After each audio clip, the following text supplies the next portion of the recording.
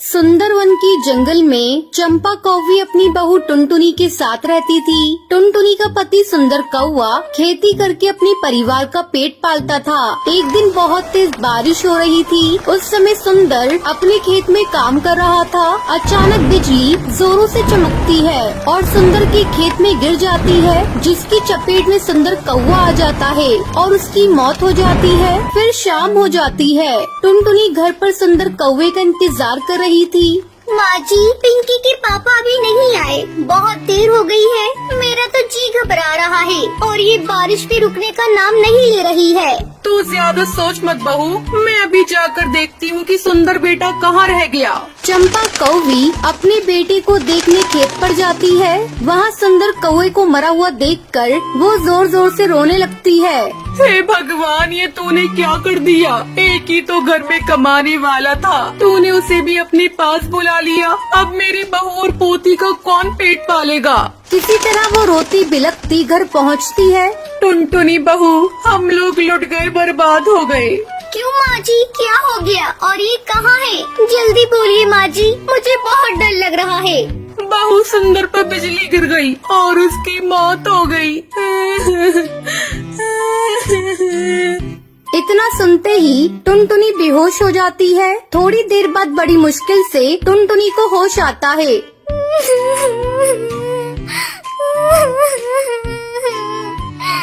माँ जी, ये सब क्या हो गया? अब हमारा क्या होगा? एक वही तो थे हमारे घर में कमाने वाले, अब नन्ही सी बेटी का कौन ध्यान रखेगा?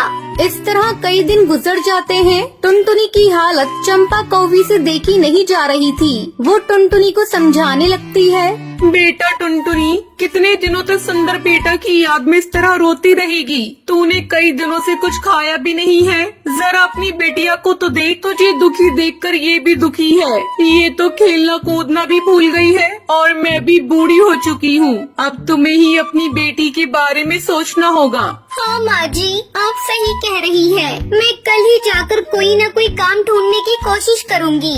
अगले दिन टुनटुनी काम की तलाश में दूसरे जंगल जाती है। वो देखती है कि एक खेत में कुछ पक्षी काम कर रहे हैं और पास में उस खेत का मालिक बाज एक कुर्सी पर बैठा हुआ है। टुनटुनी चिड़िया उसके पास जाती है। मालिक, क्या मुझे भी आपके खेत में काम मिलेगा? मैं एक दुखियारी चिड़िया हूँ, मेरे घर कोई और कमाने वाला नहीं है। ठीक है, तू भी लग जा काम पर। टुनटुनी चिड़िया खेत में काम करने लगती है, लेकिन उसका मन काम करने में नहीं लगता। ये देखकर खेत का मालिक उसके पास आता है। तुझे तो ढंग से काम करना नहीं आता, चली जा, यहाँ तेरे लिए कोई काम नहीं। दुखी मन से टुनटुनी घर लौट आती है। माँ जी, मेरी तो किस्मत ही फूटी है। मुझे एक जगह काम मिला था, लेकिन उस काम को ठीक से नहीं कर पाई, जिसके कारण मालिक ने मुझे निकाल दिया। अब तो मुझे अपने परिवार को चलाने के लिए एक ही उपाय सोच रहा है। क्यों न हम लोग अपने ही खेत में आलू उगाएं? आलू की खेती करने में मेहनत भी कम लगेगी और मुनाफा भी ज्यादा मिलेगा। आलू को बेचने की भी कोई समस्या नहीं है। हम उसे शहर में ले जाकर अच्छी कीमत पर बेच दिया करेंगे। ये बात तो तूने बहुत अच्छी कही बहू। कल ही हम दोनों चलकर आलू की फसल लगाएंगे। ऐसा सोचकर दोनों सास बहू अगली सुबह अपने खेत की सफाई करती हैं और आलू की फसल लगाती हैं। कुछ ही दिनों में उनके आलू की फसल तैयार हो जाती है। बहू, जल्दी ही हम लोग अपनी फसल को शहर ले जाकर बेच देंगे। 2 दिन बाद टुनटुनी और उसकी सास अपनी फसल को शहर ले जाती हैं और उसे अच्छी कीमत पर बेच देती हैं। सेठ जी, ये ऑर्गेनिक आलू है, इसमें कोई केमिकल का प्रयोग नहीं हुआ है। ऑर्गेनिक आलू लाओ लाओ, मुँह मांगी कीमत ले जाओ। नोटों की गड्डी देखकर दोनों बहुत खुश होती हैं। फिर खुशी खुशी अपने घर लौटती हैं। बेटा ये ले, मैं तेरे लिए शहर से गुब्बारे लेकर आई हूँ। गुब्बारे देखकर पिंकी खुश हो जाती है और उससे खेलने लगती है। देखा बहू, तुझे खुश देखकर आज पिंकी भी खुश है। अब तो इसके साथ बैठकर खेल। मैं सबके लिए भोजन बनाती हूँ। चंपा भोजन बनाने चली जाती है। इस तरह पूरा परिवार हंसी खुशी के साथ रहने लगता है।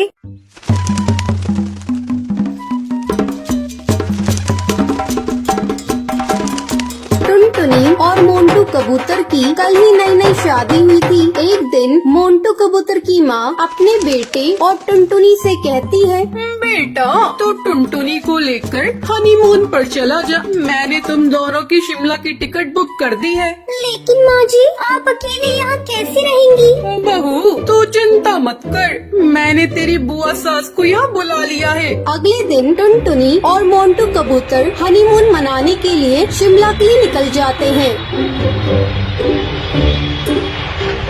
अरे साफजी, आगे हवाई मोटर लेकर मत जाइए। भारी बर्फबारिश की वजह से आगे लैंडस्लाइड हुआ है, सारे रास्ते बंद हैं। मोंटू, चलो वापस चलते हैं और कहीं होटल में रुक जाते हैं। टुनटुनी और मोंटू वापस जाने लगते हैं, तभी एक तेज हवा का झोंका आता है और मोंटू का हवाई मोटर एक पेड़ से टकरा जाता है। इस हादसे में मोंटू की मौत हो जाती है और टुनटुनी घायल हो जाती है। जब टुनटुनी को होश आता है तब वो देखती है वो एक हॉस्पिटल में है।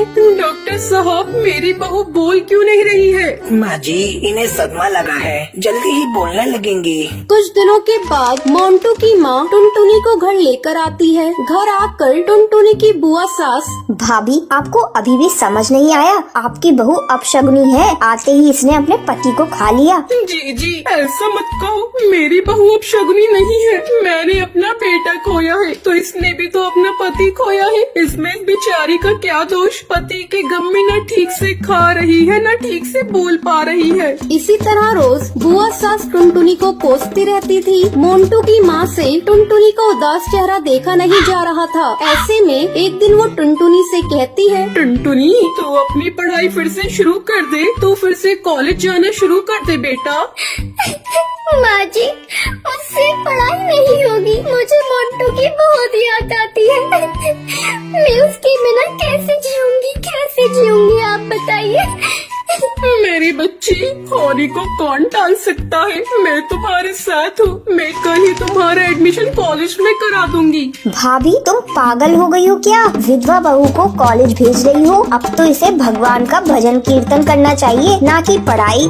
देखो जीजी, पहले टुनटुनी मेरी बहू थी पर अब मेरी बेटी है। मैं अब उसके हर सुख दुख का ख्याल रखूंगी। अगर वो कॉलेज जाने लगेगी तो मोंटू के गम को भी भुला पाएगी और अपने पैरों पर भी एक दिन खड़ी हो जाएगी। अगले दिन से टुनटुनी कॉलेज जाना शुरू करती है। कुछ दिन ऐसे ही गुजर जाते हैं। एक दिन कुछ गुंडे टुनटुनी को छेड़ रहे थे, तभी कॉलेज का एक स्टूडेंट उन गुंडों से भिड़ जाता है। तुम्हें किसने इजाजत दी कॉलेज की चिड़ियों को छेड़ने की? शिक्षा के मंदिर में तुम सब गुंडागर्दी करने आते हो? चलो भागो यहाँ से, वरना मैं पुलिस को बुला लूंगा। पुलिस का नाम सुनते ही वो कौवे वहाँ से 9-2-11 हो जाते हैं। आपका बहुत बहुत शुक्रिया, आपने उन गुंडों से मुझे बचाया। इसमें शुक्रिया की क्या बात है, ये तो मेरा फर्ज था। आपकी जगह कोई और लड़की भी होती तो मैं यही करता।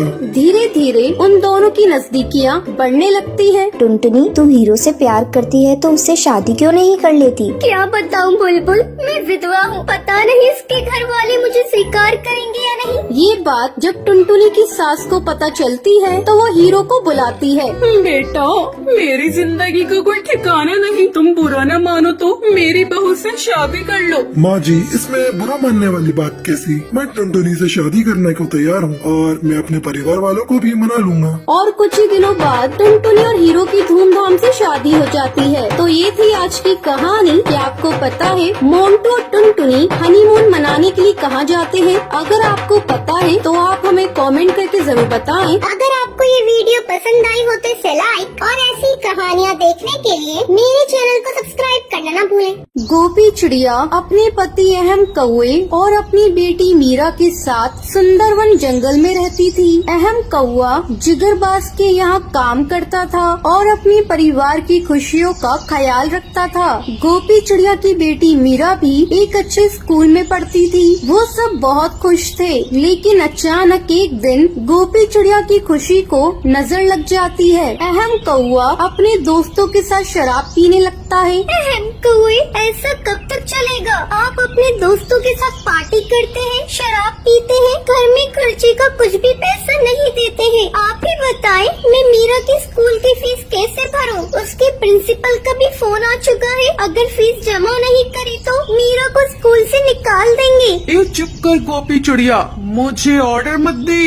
मैं खुद कमाता हूँ और खर्च करता हूँ। तेरी बेटी को स्कूल से निकाल दे तो निकलने दे। मेरे पास फालतू में खर्च करने के लिए पैसे नहीं हैं। अहम कौवे, तुम ऐसा क्यों बोल रही हो? मीरा तुम्हारी भी तो बेटी है ना? अहम कौवे की ऐसी आदतों की वजह से उसे काम से निकाल दिया जाता है। अहम कौवे, मैंने तुम्हें कितनी बार कहा था शराब छोड़ दो, लेकिन तुमने मेरी बात नहीं मानी। देखो तुम्हें काम से निकाल दिया ना, मेरी बच्ची को भी स्कूल से निकाल दिया क्योंकि तुमने टाइम से उसकी स्कूल की फीस जमा नहीं की। अहम कौवा गोपी चिड़िया की बातों का कोई जवाब नहीं देता है। अब मैं क्या करूं? कैसे घर चलाऊं? घर का राशन भी खत्म हो गया है। एक दिन मीरा गोपी चिड़िया से खाना मांगती है। माँ, मुझे जल्दी से खाने के लिए राजमा चावल दो। अभी दे रही हूँ बेटा, तुम बैठो। गोपी चिड़िया मीरा को राजमा चावल देती है। तभी गोपी चिड़िया की सहेली राशि चिड़िया वहाँ पर आती है। आओ राशि चिड़िया, तुम भी राजमा चावल खाओ। राशि चिड़िया राजमा चावल खाकर गोपी चिड़िया से कहती है, गोपी चिड़िया,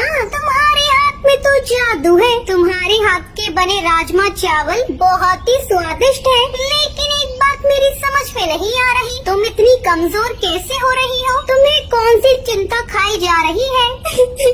राशि चिड़िया, तुम्हें क्या बताऊं, अहम कौवे की नौकरी चली गई और उन्होंने शराब पीना भी शुरू कर दिया है। घर में पैसों की बहुत तंगी हो गई है। गोपी चिड़िया, तुम मेरी एक बात मानो, तुम राजमा चावल बनाकर जंगल में बेचना शुरू कर दो, तुम्हें कामयाबी जरूर मिलेगी। अगले दिन से गोपी चिड़िया राजमा चावल बनाकर जंगल में नदी किनारे बेचने लगती है। हे भगवान, सुबह से शाम हो गई है, कोई भी राजमा चावल खरीदने नहीं आया है। गोपी चिड़िया हिम्मत नहीं हारती है। वो अगले दिन फिर से राजमा चावल बेचने के लिए जाती है। आइए, मेरे बनी हुए राजमा चावल खाइए, स्वादिष्ट और सस्ते राजमा चावल खाइए। कितने की प्लेट है गोपी चिड़िया? कोकिला मैना, 30 रुपए की प्लेट है राजमा चावल। बोलो लगाऊं? देखो गोपी चिड़िया, कल मेरे घर पर पार्टी है, तुम सारे राजमा चावल मुझे दे दो, मैं उन्हें पार्टी में खिलाऊंगी। मैं तुम्हें अच्छे पैसे दूंगी, कल तुम मेरे घर आ जाना। ठीक है कोकिला मैना, मैं कल आ जाऊंगी। अगले दिन गोपी चिड़िया राजमा चावल बनाकर कोकिला मैना को दे देती है। वो उसे उसके बदले बहुत अच्छे पैसे देती है। ये देखकर गोपी चिड़िया बहुत खुश होती है। इस तरह पूरे जंगल में गोपी चिड़िया के बने हुए राजमा चावल मशहूर हो जाते हैं। तो ये थी आज की कहानी। क्या आपको पता है कोकिला मैना गोपी चिड़िया से राजमा चावल क्यों खरीदती है? अगर आपको पता है तो आप हमें कमेंट करके जरूर बताएं। अगर आपको ये वीडियो पसंद आई हो तो इसे लाइक और ऐसी कहानियाँ देखने के लिए मेरे चैनल को सब्सक्राइब करना ना